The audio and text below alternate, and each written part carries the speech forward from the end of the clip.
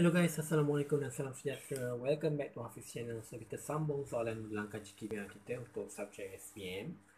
So kita akan teruskan soalan nombor 4. Semalam tak habis lagi. Soalan berikutnya dia akan tanya antara logam P dengan V yang mana lebih reaktif terhadap water, terhadap air. So kita akan jawab. So kalau kita tengok jawapannya mestilah V. Sebab apa? V jumlah petala dia lagi tinggi, so elektron tu lagi senang nak terlepas dan bertindak balas dengan air. So kita pergi kepada soalan berikutnya. Okey, ini adalah soalan yang cikgu cakap antara unsur P dan V yang manakah lebih reaktif. Jawapan dia adalah so pilih antara P dengan V yang mana lebih reaktif. Jawapan dia ialah V. Sebab apa? Sebab jumlah petala dia bertambah. Jadi tarikan elektron, valence elektron dengan tarikan nukleus tu makin lemah. Jadi senang untuk valence elektron tu bertindak balas dengan air. Okey. Dan soalan G, dia suruh lukiskan elektron sebatian yang terbentuk daripada unsur P dan U. Pertama sekali awak kena tahu dia punya susunan elektron dia.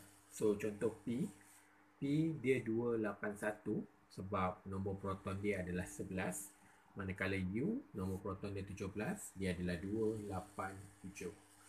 Elektron arrangement, susunan elektron kena tahu dulu. So kalau kita tahu macam ini, jadi U ni perlukan satu lagi elektron untuk mencapai oktet yang stabil, manakala P dia perlu buang satu elektron untuk mencapai susunan oktet yang stabil. Bila P buang satu elektron, maka charge dia akan jadi positif. Bila U tambah satu elektron, dia jadi negatif. Jadi dia jadi macam ini, kena lukis. Buat kurungan positif, negatif. Ini adalah untuk sebatian ion yang terbentuk. Kalau yang terbentuk itu adalah kita panggil molekul, dia bukan macam ini. Dia berkongsi. Dia tak ada positif, tak ada negatif. Elektron dia berkongsi. Contoh elektron yang berkongsi ialah karbon dioksida. Okey, soalan 5 ditunjukkan penggunaan gangsa dalam perkakasan dapur. Jadi gangsa merupakan sejenis alloy. Kita tahu alloy ini adalah gabungan lebih daripada dua ataupun lebih logam. So yang ditunjuk ni gangsa adalah gabungan kuprum dan juga stannum, Sn dan juga Cu. Nyatakan unsur yang komposisinya paling tinggi dalam gangsa ialah kuprum. Yang ni awak kena hafal sikit. Dia ada dalam tingkatan 4. Bab yang terakhir dalam tingkatan 4 tu kena hafal sikit. Okay, contohnya gangsa diperbuat daripada 90% kuprum, stannum 10%. Sebab tu kita cakap kuprum adalah komposisi paling tinggi dalam gangsa. Okay, next dia suruh kita lukis dan bandingkan antara logam tulen dan juga gangsa. Logam tulen awak boleh buat bulat-bulat sekata. Okay, awak boleh buat macam ni ataupun awak nak penuhi kotak yang diberikan pun boleh. Pastikan bulat tu sama saiz. Okay, untuk gangsa awak kena buat dua logam yang berlainan yang melambangkan kuprum dan juga stannum. So awak ada kecil-kecil, lepas tu ada bulat besar satu. Itu melambangkan alloy, gabungan lebih daripada satu unsur. Itu adalah alloy. Okay, dan soalan yang keempat dia tanya, mengapakah gangsa lebih keras daripada logam tulen unsur utamanya? Okey. Maksudnya kat sini dia tanya mengapakah gangsa lebih keras daripada logam tulen unsur utamanya. Gangsa kenapa dia lebih keras daripada stannum? Kenapa dia lebih keras daripada kuprum? Itu maksud dia.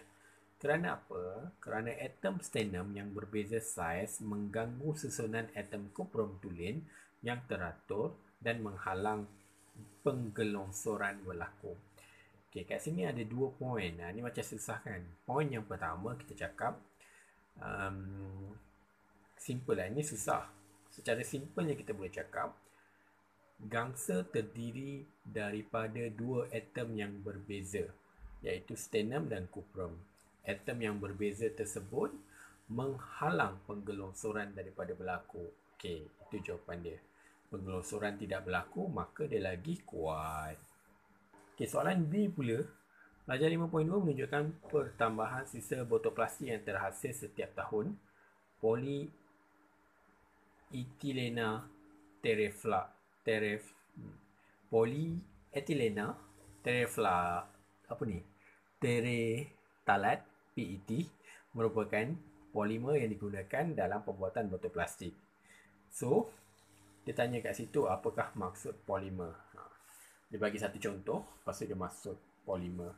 Okay, dalam satu markah kita nak jawab polimer tu adalah rantai panjang yang terdiri daripada unit yang kecil dan berulang, dikenali sebagai monomer. So contohnya kita ada PET.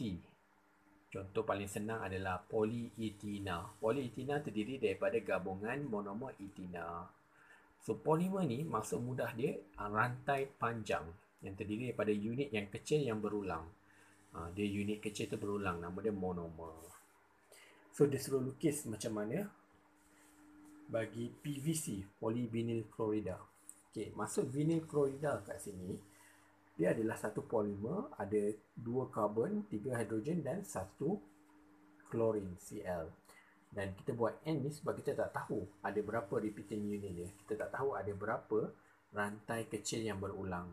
Contoh ada 10, 12, 30. Itu namanya polimer. Dia gabungan monomer ini. Okay, next. Nyatakan dua kesan sisa polimer sintetik. So, kesan yang menyebabkan banjir kilat. Sebab apa? Bila polimer plastik ni masuk dalam longkang, dia akan menyebabkan banjir. Maksud banjir kilat ni macam hujan tak sampai 5 minit pun dah boleh naik banjir. Dan boleh mengancam hidupan akuatik. Contohnya macam kura-kura. Contohnya macam ikan. Contohnya macam penyu kat lautan. Dia nampak plastik tu macam obo-obo, dia makan lepas tu mati. Okay, soalan nombor 6. Nombor 6 jadual menunjukkan nilai pH asid sulfuric acid pada kepekatan yang berbeza. Kita ada kepekatan paling rendah 0.1 molar dan kepekatan paling tinggi maafkan saya cikgu, kita ada kepekatan paling tinggi 0.1 molar dan kepekatan paling rendah 0.001 molar. So, nilai pH dia makin pekat asid tersebut, pH dia makin rendah. Kalau dah kurang pekat, pH dia makin tinggi. So, soalan yang pertama, apakah jenis zarah dalam larutan tersebut? Okay, kita ada larutan asid sulfuric, dalam tu ada H+, ada SO2 -4, dalam tu ada OH-. So, dalam tu ada apa? Dalam tu ada ion. So, larutan itu adalah ion. So, then dia kata apakah kebiasaan asid di atas? Sebab dia asid sulfuric, nampak ni? Ada 2 H, H2. Dia adalah diprotic. Bila dia tanya, kalau contoh HCl, dia adalah monoprotic. Maksud diprotic, dia mempunyai 2 hidrogen. Okay, soalan yang ketiga. Larutan yang manakah mempunyai kepekatan ion hidrogen yang tinggi? So, larutan 1 sebab kepekatan asid dia paling tinggi. Okay, dan dia suruh kirakan bilangan ion hidrogen dalam larutan asid 3. So, kita nak kira. So, first kali kita ambil isi padu, darabkan dengan dia punya kepekatan, bahagikan 1000, darab 2 sebab hidrogen dia ada 2. Dapatlah berapa mol.